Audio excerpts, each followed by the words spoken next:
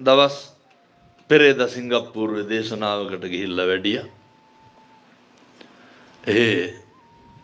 චීන පන්සලකට වැඩියා.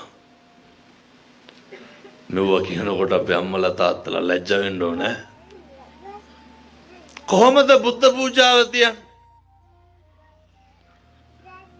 කොහොමද ගරු කරන්නේ?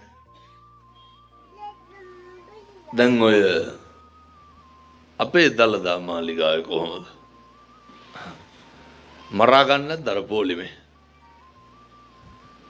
අපේ අම්මලාට තාත්තලාට දාන ටික අරන් ගිහිල්ලා තියන්න ඕන දැන්. අපි හිතමුකෝ පාර දිහා බුදු පිළිමේ තියෙනවා මේ හරිය ටිකක් ඈත පොලිමේ. සම්මත් ජාතියකට මේ හරිය මේසයක් තිබ්බොත් ඔක තියලා පූජා කරනවද? බුදුහාරොන්ගේ අත උඩින්ම තියන්න ඕන. අර මිනිස්සු රං ආලේපිත ටයිල් අඩිය තියන්නේ ඇයි? බුදුහාමුදුරුවන්ට අගෞරවයක් වෙයි කියලා.